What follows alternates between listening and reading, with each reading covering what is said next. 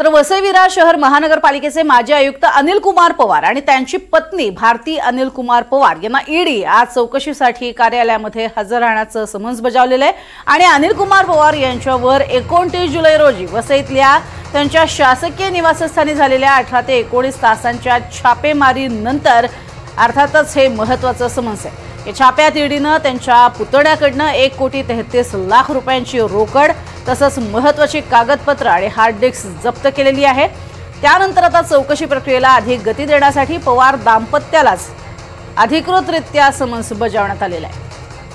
अधिक माहिती घेऊयात, मनोज सातवी आमचे प्रतिनिधी आपल्या सोबत आहेत। मनोज, आता दोघांनाही दाम्पत्याला एकत्रित बोलवलेलं आहे या चौकशीला, दोघांची एकत्र चौकशी होणार आहे की वेगवेगळी होणार, काय अधिक माहिती? प्रज्ञा, 29 जुलै रोजी जी ईडीने अनिल कुमार पवार यांच्या वसईतल्या निवासस्थानी आणि त्याचप्रमाणे पुणे, सातारा आणि नाशिक आणि अशा वेगवेगळ्या एकूण 12 ठिकाणी छापेमारी केली होती आणि या छापेमारीमध्ये त्यांच्या पुतण्याकडे 1,33,00,000 रुपयांची रोकड जप्त केली होती। त्याचप्रमाणे इतर महत्त्वाचे कागदपत्र आणि इलेक्ट्रॉनिक डिव्हाइस देखील जप्त केल्याचं माहिती मिळाली आहे। मात्र या कारवाई दरम्यानच आणखी काही बेनामी संपत्ती त्यांच्याकडे प्राप्त झाल्याचं ईडीच्या सूत्रांकडून मिळालेल्या माहितीनुसार आपल्याला कळलंय। पण त्या कारवाई दरम्यान ईडीला वसईतल्या निवासस्थानी जेव्हा आली होती तेव्हा ईडीच्या अधिकाऱ्यांना तब्बल 1 ते 1.5 तास अनिल कुमार पवार यांनी ताटकळत बाहेर ठेवलेलं होतं आणि शेवटी ईडीच्या अधिकाऱ्यांना ते कुलूप तोडून बंगल्याचं कुलूप तोडून आतमध्ये प्रवेश करावा लागला, जबरदस्तीने तिथे जावं लागलं।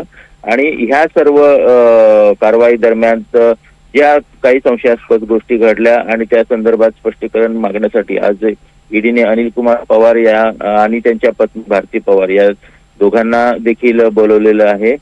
मुंबईतल्या ईडीच्या कार्यालयामध्ये दोघांना बोलवलं जाईल आणि त्यांची कदाचित वेगवेगळी देखील चौकशी होईल आणि समोरासमोर देखील, कारण जेव्हा वसईतल्या कार्यालयात छापामारी झाली होती तेव्हा अनिल कुमार पवार यांची चौकशी सुरू असतानाच त्यांच्या पत्नीला ईडीच्या अधिकाऱ्यांनी दुसऱ्या गाडीमध्ये नेऊन बाजूला कुठे त्यांची इतर संपत्ती आहे का ती तपासण्यासाठी नेलेलं होतं। ईडीच्या महिला अधिकारी देखील त्यांच्या सोबत होत्या आणि त्या सर्व कारवाई दरम्यान नेमकी काय काय घटना घडलेल्या आहेत, त्यांना जे काही संशयास्पद पुरावे आणि इतर काय साहित्य मिळालेलं आहे त्याची पडताळणी करण्यासाठी आज ईडी कडून समन्स बजावण्यात आलेलं आहे आणि या नुसार जी कारवाई होणार आहे ते पाहणं महत्त्वाचं ठरणार आहे। नक्कीच, धन्यवाद मनोज या संपूर्ण माहितीसाठी।